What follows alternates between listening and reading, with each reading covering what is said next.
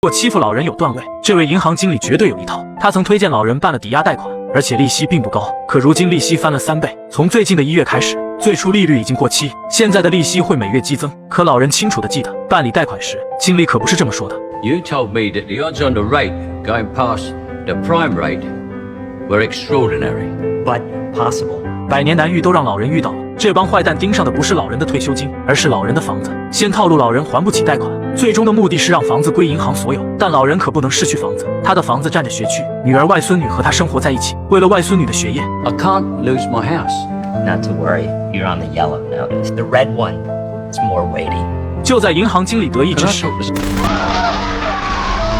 ，3名绑匪闯进银行，他们的目的很简单，那就是取点钱花，并且素质极高，钱箱都是自己准备。劫匪让所有人4脚朝天。Everybody down！ 老人一肚子火气，他继续和经理理论，可却被劫匪老大听到。Gentlemen, it's best to remain silent. I'm cracked. Relax, please. You can sit up. Hey, no, not you. Pussycat.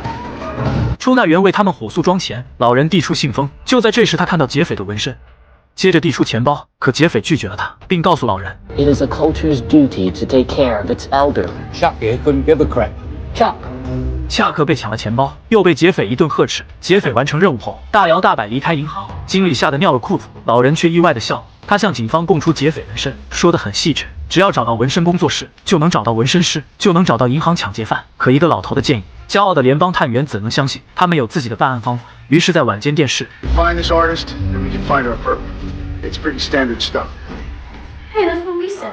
好友威利看到新闻，3名劫匪抢走了160万，联邦探员仍然没头绪。又一件不好的事情传来，他们服务半辈子的工厂转移到越南，没有了美国业务，这里就没有财务责任，也就是在座的各位没有养老金了。几位老人破产了，他们甚至交不上房租，即使律师打赢官司，等拿到赔偿的时候，他们也已经不在人世了。劳碌一辈子本该享福的时候，老人们却被套路，工厂甩了他们，银行又虎视眈眈，这个世界很不美丽。老乔提起那件抢劫案，他觉得应该策划干他一票。老乔走路蹒跚，这天回到家后，是银行寄来的红色通知，他仅有的房子将要归银行了。威利这边更不好，他如今已经病危，肾脏必须需要做移植手术才能继续活下去。可如今没了退休金，能吃饱肚子都是问题。女儿忙碌于工作，和孙女生活在国外，因为威利没钱，他们1年才能见到一次。本想说出这件事，可看到幸福又快乐的孙女，他还是选择没有开口。3个老人中，也就阿尔生活好一点，他有一技之长，可以教孩子吹萨克斯为生，甚至还迎来了爱情。男孩的奶奶对他一见钟情。这天是威利的生日，老友在救济站为他庆生，趁着没人注意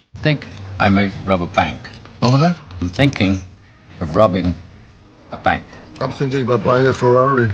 I just got drafted by the Knicks. Good week for everybody, huh? Good week. 老乔拿出红色通知，他只有1个月的时间，房子就归银行所有。他认为银行毁了这个国家，毁了许多人的梦想，不如大家一起干一票，然后逃之夭夭，光荣退休。最坏的情况，牢房里还有1张床，1日3餐。2兄弟很震惊，他们觉得老乔脑子坏了。We got skills, experience, smarts. Arthritis, gout, shingles. 这一晚，老乔接到威利电话，威利睡不着，辗转反侧。他也想每年多看几次女儿，去看他可爱的外孙女，可即使有那点退休金，也只是遥不可及的梦想。于是，在2个人商量后，他们决定。 Albert, pick up the phone. 但是阿尔不同意，他不想成为一名罪犯。但是即使是不同意，也被迫参加了明日的演习。他们准备拿超市练手，让不同意的阿尔在汽车等候。老乔鬼鬼祟祟，被超市保安盯上，威利却蒙混过关，抱着他的目标逃离超市。可是意外却发生，因为阿尔的女友在超市工作，他进去闲聊了。接着是老乔，他成功甩了女保安，可看到阿尔不在之后，于是顺手牵羊，开走了老太太的购物车。 2名老友会合，女保安也追了出来。2个人的心理素质还是不错，反倒没有抢劫的阿尔。被保安喊住后，却做贼心虚的撒腿就跑。老乔和威利这边还在兴奋的企图逃走，用面粉挡住女保安的视线。可就在前方红灯后，一辆大巴车开过来，他们不得不立刻调转车头。接着双双被女保安拦住，他们被带到保安室，摄像头清清楚楚看到几位老人作案。保安队长不知他们为。 但他并没有将他们交给警局，而是送给他们一些优惠券。阿尔很生气，因为2位朋友，他成为了抢劫从犯。他让老乔、威利自己回去，阿尔的老脸丢尽，不准备管他们了。老乔想了想，这样抢劫不对，他们需要专业的指导。You know any criminals? Oh no. 所谓的下三滥，是和女儿离婚的前女婿。前女婿是黑帮成员，负责倒卖毒品为生，但他一直认为自己是企业家。前岳父既然有事相求，于是男人认真思考。虽然昨天闹掰了，但是年纪大不记仇，三兄弟又在一起吃饭。他们看到一则气人的消息，工厂之所以发不出养老金，是拿他们的养老金去还债，而那家债务银行正是套路老乔的那家。阿尔一把夺过报纸，他为公司干了40年，公司却要偷他们的养老金。阿尔现在很气愤。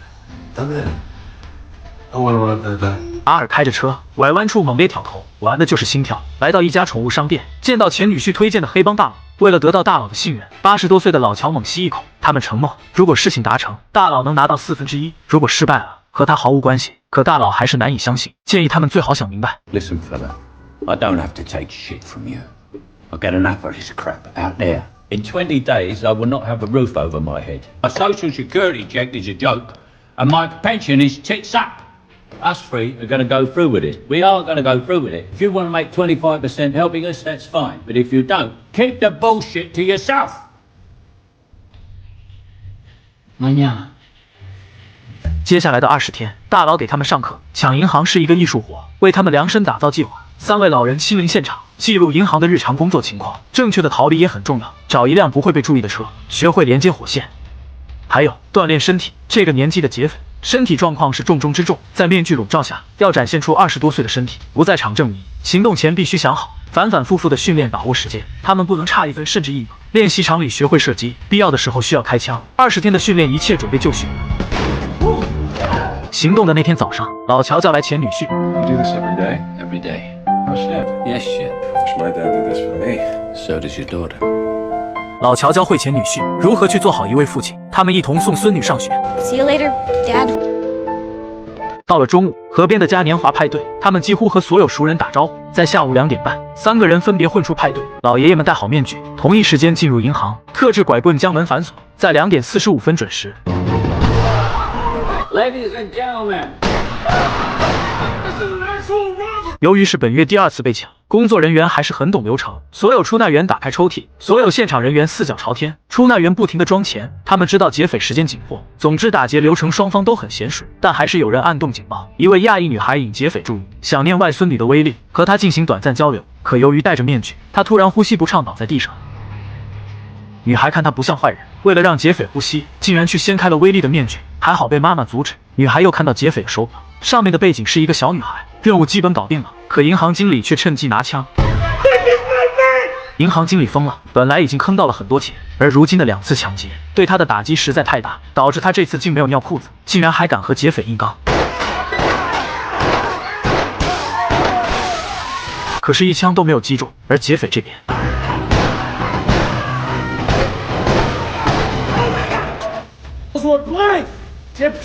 劫匪吩咐大家数100声数，接着开着那开不快的大车离开。当警方赶到时，一切已经为时过晚。3个老人摇身一变，如今一身轻松，满脸的微笑，合不拢嘴。他们这次没去救助站，而是来到高档餐厅小酌，微醺后互搭肩膀唱歌。就在这时，威利因病倒下了。肾衰竭的事没人知道，如果不立刻做肾脏移植，他大概就出不了医院了。经理和警方说，他们看起来很灵活，因为他开了数枪，他们竟然躲过了所有子弹。银行职员准备离职，这里实在太不安全了。那间超市的保安队长发现异常，新闻中的劫匪和上次的3个老人很像，经过录像的对比，走路简直一模一样。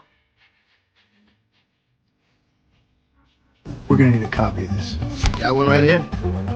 How about? I believe there's a reward. Reward? 威利的女儿和外孙女回国，阿尔和新女友过上幸福生活。老乔和前女婿在看外孙女球赛，可联邦探员挨个找上门。3名嫌疑人被带到警局，但他们早就做好准备，计划了完美的不在场证明。那天他们都在嘉年华派对，老白暴露在摄像头后，和售票的老爷子换了帽子，然后戴上他的帽子离开。小朋友们喜欢鬼屋，所以老黑那天扮演小鬼，接着换上木乃伊的装扮离开。阿尔2点多还在棉花糖摊位，后来被老伙计换掉，之后来到厕所蹲坑，一蹲就是1个小时。其实他从厕所后面避开摄像头离开，他们趁着混乱离去，又在结束前回来，顺路销毁所有作案证据。阿尔从那间厕所出现，接着来到舞台和女友台上唱歌。老白在路上见了黑帮大佬，将所有的钱交给他保管。最后是老黑，他进了鬼屋，又从鬼屋出来，真是老人们劳碌的一天。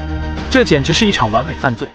但是警方还有一个筹码，那就是现场的亚裔女孩。警方找来多位老人到篮球场，接着让亚裔女孩辨认，只有她看到了半个劫匪的脸。女孩挨个看了下，当看到威利时，又看到手上那独一无二的手表，于是女孩说了个善意的谎言。 I don't see him. What? He's not here. Are you sure? Yep, I'm positive. I got a great memory. 在女孩出门后，和威利的孙女相遇，他们相视一笑，因为她正是手表上的女孩，没有任何证据和线索。这场抢劫案就这样结束。这天，老乔见了大佬，大佬带来了小狗，因为老乔曾答应过外孙女送她一只可爱的宠物狗，可只有他们知道，送来的其实不只是狗狗，里面还有他们的账目，100多万的美钞。可他们的对话中，大佬竟没扣下那1/4，因为 It is a culture's duty to take care of its elderly. It is a culture's duty to take care of its elderly. 原来这位大佬竟是上一次抢劫的主谋。他们对视一笑，关于他脖子上的纹身，那只是暂时的，是故意留给警方的线索。就在这个时候，联邦探员找过来，他将一个钱包扔到桌子上，是老乔忘在了调查局。他明知道3个老头就是劫匪，可是他却一直没有线索。探员说也喜欢小狗，于是蹲下看了看。此刻的2个人很紧张，因为这只小可爱的少女。还好狗狗懂事。他们一同离开餐厅，服务员来收拾餐桌。他们光顾这里数多年，在最困境的时候，老妹妹送他们派吃，所以这是报答这位美丽老妹妹。接下去的一天，老人救济站也收到礼物，是2个大大的牌，可端起来再看，上面有一张字条，所有的人都有份。威利做了肾脏移植手术，而被移植的正是他的老友阿尔。老乔全额还清了贷款，保住了留给孙女的学区房，如今又恢复到幸福的生活。最后，威利阿尔平安出院，阿尔和安妮也走向婚姻殿堂。电影到此结束。3个老枪手，先说下3位老戏骨。在拍摄电影时，迈克尔·凯恩84岁，摩根·弗里曼79岁，艾伦·阿金83岁，他们全部奥斯卡小金人加身。电影的主旨是关爱老人，影片中有很多细节，银行待客区的椅子，老年人坐下后很难起身，信件中渺小的字体和各种老人不理解的存款制度，所以影片的行为不可取。但是关爱老人是这个社会应尽的责任。